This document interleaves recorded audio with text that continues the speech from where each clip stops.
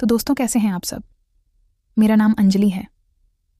उम्र अभी 35 साल की हूँ, लेकिन लगती तो 25 की ही हूँ। वो भी ऐसी कि लोग घूरते रह जाते हैं। मेरी आंखें बड़ी बड़ी हैं, होंठ थोड़े गुलाबी और भरे हुए, कमर पतली है, कूल्हे थोड़े चौड़े और ऊपर का हिस्सा ऐसा कि साड़ी पहनती हूँ तो लोग कहते हैं, वाह क्या बात है। लड़के तो मुझे पाने के लिए किसी भी हद तक जा सकते हैं। मैं गांव की हूँ, लेकिन शहर में पढ़ी लिखी शादी हो गई है 10 साल पहले। मेरा पति विक्रम शहर में नौकरी करता है। अच्छा इंसान है, लेकिन काम की वजह से घर कम आता है। यह ज्यादातर तो वह बाहर ही रहता है। उसका प्यार मेरे हिस्से में कम ही आया है। कभी कभी सोचती हूँ कि मैं कितनी अकेली हूँ। काश मेरा पति मुझे अच्छे से टाइम दे पाता। फिर सोचती हूँ एक एक अच्छी जिंदगी जीने के लिए एक कमाने वाला पति भी चाहिए ना, जो कि मेरे पास में है। मेरे घर में मैं, मेरे पति और ससुर जी हैं।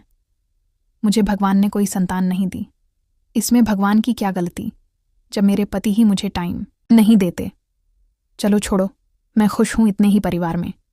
सास जी मेरी शादी से पहले ही मर चुकी थी और इनकी कोई बहन और भाई भी नहीं थे।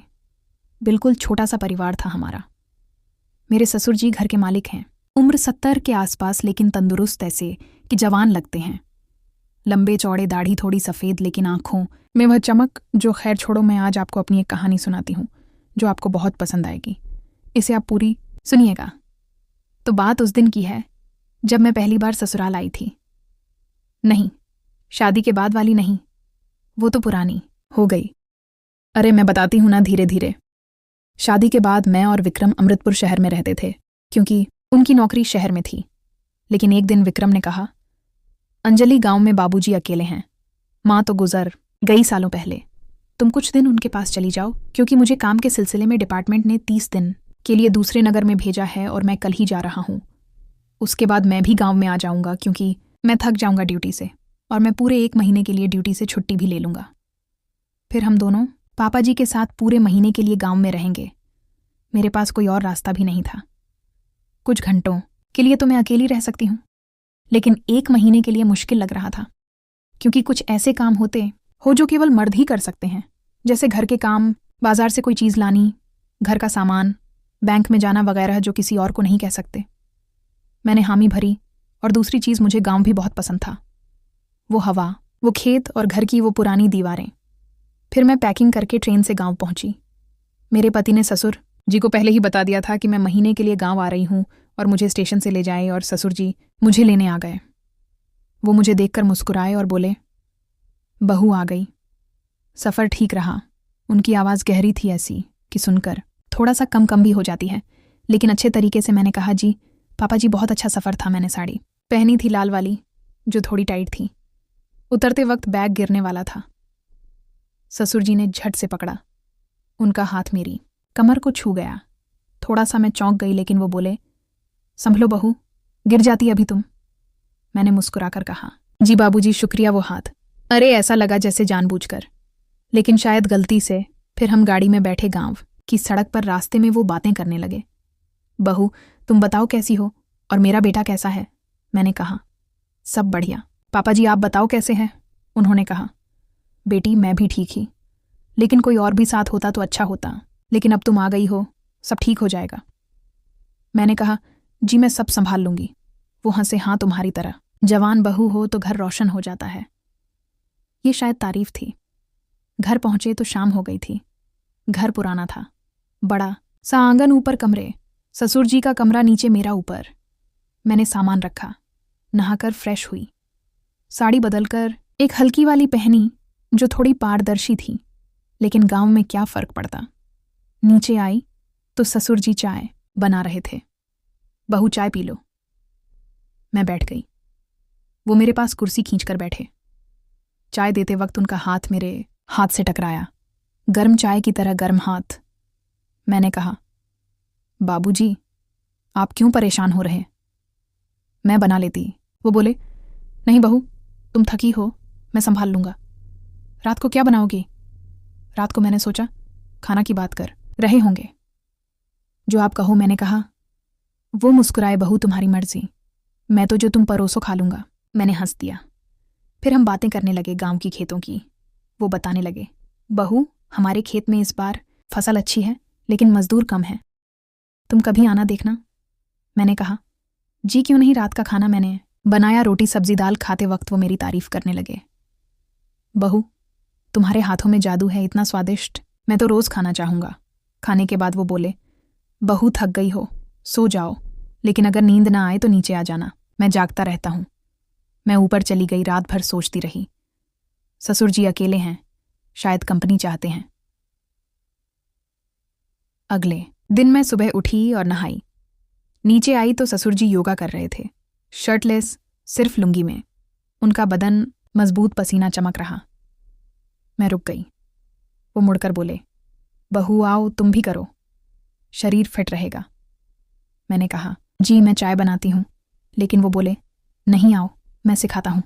मैं पास गई। वो मुझे आसन सिखाने लगे। एक आसन में हाथ ऊपर करने को कहा। वो देखते रहे, फिर बोले, बहू तुम्हारा फॉर्म परफेक्ट है। मैंने पल्लू संभाला, लेकिन वो हंसे, शर्माओ मत, घर में है। योगा के बाद हम नाश्ता करने बैठे। वो बोले, बहू विक्रम कब आएगा? मैं तो तुम्हारे साथ ही खुश हूं। मैंने कहा, जल्दी आएगा। लेकिन अंदर से लगा ससुर जी कुछ ज्यादा ही करीब आ रहे हैं। दिन भर घर के काम, लेकिन वह मेरे आसपास रहते, कभी पानी देते, कभी मदद करते। शाम को वह बोले, बहू चलो खेत घुमाएं। मैं तैयार हुई। हम खेत गए। वहां हवा चल रही थी, मेरी साड़ी उड़ रही। ससुर जी ने कहा, बहू संभालो, कहीं ओढ़ ना जाओ। मैं हंसी, लेकिन वो पास आए और बोले, देखो वो पेड़ के नीचे बैठते हैं। हम बैठे, बातें की। वो अपनी जवानी की कहानियां सुनाने लगे। बहू, मैं जवान था तो लड़कियां घूमती थी मेरे आसपास, लेकिन अब अकेला हूं। मैंने कहा, बाबूजी अब मैं हूं ना? वो मुस्कुराए, हाँ तुम हो मेरी बेटी। बेटी, तुम दोनों शहर में रहते हो तो मुझे बहुत अकेलापन महसूस होता है। क्या तुम दोनों मेरे पास नहीं आ सकते हमेशा के लिए? इस उम्र में मुझे अपने बेटे और बहू के पास रहना चाहिए, लेकिन मैं अकेला रहा हूं। मैंने कहा, पापा जी आप चिंता मत करो, आपका बेटा और मैं बस कुछ दिनों में हमेशा के लिए आपके पास रहेंगे। वो खुश हुए। धीरे धीरे दिन बीतने लगे।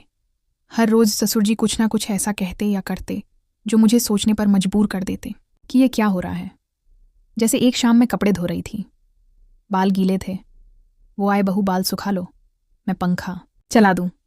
मैंने कहा, नहीं ठीक है।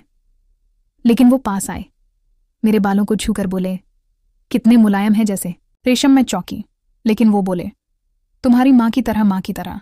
हाँ बेटी, तुम्हारी माँ यानी कि मेरी पत्नी, उसके बाल भी बिल्कुल तुम्हारे बालों जैसे थे। जब मैं तुम्हारे बाल देखता हूं तो तेरी माँ की याद आने लगती है। वो थोड़े सैड से हो गए। मैंने सोचा, इस उम्र में अकेला रहना कितना मुश्किल होता है। फिर मैंने कहा, पापा जी आप चिंता मत किया करो, हम दोनों आपके साथ हमेशा के रहेंगे और फिर आपको कभी अकेला नहीं छोड़ेंगे। फिर रात को खाने पर वो बोले, बहू आज दूध गर्म कर लो, साथ पिएंगे। मैंने बनाया, हम बैठे। वो पीते हुए बोले, बहू दूध कितना गर्म है, लेकिन तुम्हारे हाथों से मीठा लगता है। मैंने हंसकर कहा, बाबू जी आप भी ना, तुम्हारी माँ भी ऐसे ही मुझे दूध बना के देती थी और हम दोनों साथ में बैठ के पीते थे। फिर मैंने विक्रम को फ़ोन किया।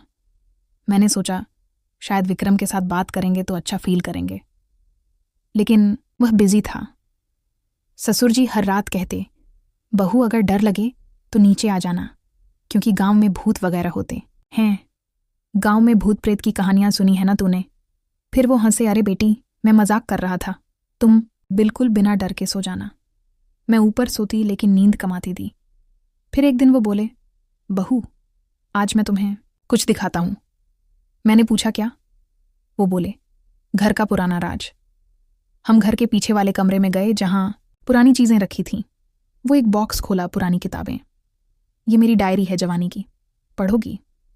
मैंने कहा, जी। वो पढ़ाने लगे, कहानियां प्यार की।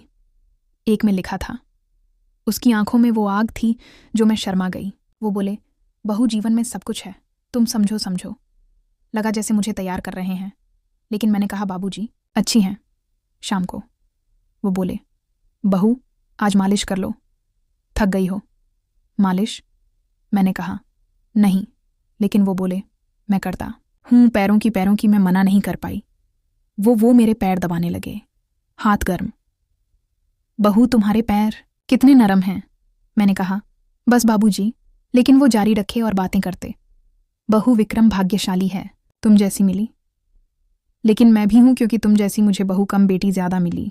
मेरी कोई बेटी भी नहीं है जिससे मैं बेटी जैसा प्यार कर सकूं। मैंने बेटे को तो बेटे का प्यार दे दिया, लेकिन बेटी वाला प्यार मैं किसी और को दे नहीं सकता। इसीलिए मैं तुम्हें बेटी वाला प्यार देना चाहता हूं। फिर उन्होंने कहा, बेटी, अगर तुम्हें किसी भी चीज़ की ज़रूरत हो तो मुझे बताना। मैंने कहा, ठीक है मेरे असली पापा जी। फिर उन्होंने कहा, जब बेटी तुम मुझे पापा कहती तो दिल खुश हो जाता। हाँ, ऐसा लगता है मुझे मेरी बेटी पुकार रही है। फिर दिन ऐसे ही बीतते गए। वो मुझे गिफ्ट देते। एक दिन एक चूड़ी, बेटी पहनो, हाथ सुंदर लगेंगे। पहनाते वक्त हाथ पकड़ा तो मुझे अच्छा लगा। एक रात बारिश नहीं हुई, लेकिन हवा तेज थी। वो बोले, बहू खिड़की बंद कर लो, हवा में कुछ है। मैं बंद करने गई। वो पीछे आए, मैं मदद करूं? मैंने कहा, नहीं पापा जी, मैं खुद कर लूंगी। फिर एक हफ्ता बीता। ससुर जी बोले, बहू आज एक सरप्राइज है। मैं उत्सुक थी, क्योंकि मुझे सरप्राइज बहुत पसंद थे। वो मुझे घर के बगीचे में ले गए, जहां एक छोटा सा तालाब था। देखो, मैंने फूल लगाए तुम्हारे लिए। मैं खुश हुई, लेकिन वो बोले, बहू, यह फूल तुम्हारी तरह नाजुक हैं, छूने से खिल जाते हैं। मैंने कहा, बहुत सुंदर हैं पापा जी। आपको कैसे पता? मुझे फूल पसंद है। मुझे फूल बहुत ज़्यादा पसंद थे। पापा जी बोले, बेटी, इतनी उम्र हो गई है, अभी भी बेटी की पसंद और नापसंद का ना बताओ हो तो मैं कैसा पापा हूं? फिर हम वहां बैठे बातें की। वो अपनी जिंदगी बताने लगे, माँ के गुजरने के बाद का दर्द। बहू, तुम आई तो घर में रोशनी आई। मैंने कहा, बाबूजी, मैं हमेशा रहूंगी। वो बोले, हाँ बेटी, यह सौभाग्य पता नहीं कब मिलेगा। फिर एक दिन मैं रसोई में थी, दूध उबल रहा। वो आए, बहू, उबल रहा है, संभालो। मैंने संभाला, लेकिन वो पास खड़े गर्म चीजें संभालनी पड़ती हैं। मैं हंसी। शाम को वो बोले, बहू, आज कहानी सुनाओ कोई अपनी। मैंने अपनी कॉलेज की बताई, लेकिन थोड़ी स्पाइसी वाली दोस्तों की। वो सुनते रहे, आंखें चमकती। बहू, तुम्हारी जिंदगी मज़ेदार है। तुम्हें पता है, जब मैं भी जवानी में था तो मेरे भी तुम्हारी तरह बहुत दोस्त थे। लड़कियां और लड़के सब वो उदास हो गए। फिर एक रात, वो रात जो मेरी जिंदगी की सबसे डरावनी रात थी। सब कुछ बदल गया। मैं ऊपर वाले कमरे में सो रही थी, लेकिन नींद नहीं आ रही थी। बाहर तेज हवा चल रही थी और घर की पुरानी दीवारें चरमराने की आवाजें कर रही थीं। ससुर जी की वो बात याद आ रही थी, गांव में भूत प्रेत की कहानियां। मैंने सोचा मजाक कर रहे होंगे, लेकिन अचानक मुझे लगा कोई मेरे कमरे में है। मैंने आंखें खोली तो देखा, ससुर जी मेरे बिस्तर के पास खड़े थे, चुपचाप मुझे घूर रहे थे।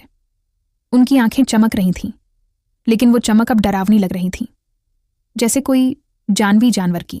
मैं डर गई, लेकिन मुस्कुराकर बोली, पापा जी, आप नींद नहीं आ रही? वो हंसे, लेकिन वो हंसी ठंडी थी।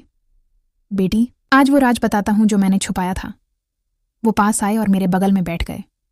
उनका हाथ मेरे कंधे पर रखा, लेकिन इस बार वो गर्म नहीं, बर्फ जैसा ठंडा था। मैं कांप गई। फिर वो बोलने लगे, तुम्हें याद है, मैंने डायरी दिखाई थी, वो प्यार की कहानियां, वो सब मेरी पत्नी की थी, तुम्हारी सास की। लेकिन सच्चाई ये है कि वो कहानियां मेरी नहीं, उसकी थीं। वो किसी और से प्यार करती थी, और मैंने उसे मार दिया। हाँ बेटी, सालों पहले इसी घर में, इसी कमरे में वो चीखी थी, लेकिन मैंने दबा दिया, और अब वो भूत बनकर घूमती है यहाँ, लेकिन मैंने उसे काबू में कर लिया। मेरे दिल की धड़कन रुक गई। मैंने सोचा ये मजाक है, लेकिन उनकी आंखों में वो पागलपन। फिर वो बोले, तुम्हारी तरह वो भी सुंदर थी, बाल मुलायम, पैर नरम। मैं उसे रोज छूता था, मालिश करता था, लेकिन वो भागना चाहती थी, तो मैंने उसे हमेशा के लिए रोक लिया। और अब तुम उसकी जगह लो। मैं अकेला नहीं रह सकता। मैं चीखना चाही, लेकिन आवाज नहीं निकली। अचानक कमरे में ठंडी हवा चली और मुझे लगा कोई और है। मैंने देखा, कोने में एक छाया औरत की सफ़ेद साड़ी में चेहरा सड़ा हुआ, आंखें खाली। वो मेरी सास थी। वो धीरे धीरे पास आई और फुसफुसाई, वो मुझे मारकर अब मुझे इस्तेमाल करता है, और तुम अगली हो। ससुर जी हंसे। देखो, वो आई है, अब हम तीनों साथ रहेंगे।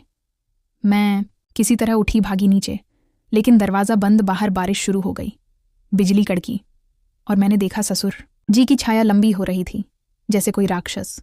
वो बोले, बेटी, मैं मर चुका हूं सालों पहले, लेकिन आत्मा यहां रुकी है। विक्रम को मैंने ही भेजा। दूर, तुम अकेली आओ, अब तुम मेरी हो। मैं चीखी और सब कुछ अंधेरा हो गया। अगली सुबह मैं जागी तो सब सामान्य लग रहा था, लेकिन मेरे गले में निशान थे, जैसे किसी ने दबाया हो। विक्रम आया, लेकिन ससुर जी गायब थे। घर में सिर्फ उनकी डायरी बची थी और आखिरी पेज पर लिखा था, अगली बहू आएगी। दोस्तों, ये कहानी सच्ची है या सपना मुझे खुद नहीं पता, लेकिन अब भी रातों में मुझे वह ठंडे हाथ महसूस होते हैं। तो दोस्तों, अगर ये कहानी आपको पसंद आई तो वीडियो को लाइक करो, शेयर करो, कमेंट में बताओ क्या लगा ट्विस्ट, और चैनल को सब्सक्राइब करना मत भूलना। घंटी दबाकर नोटिफिकेशन ऑन कर लो ताकि अगली डरा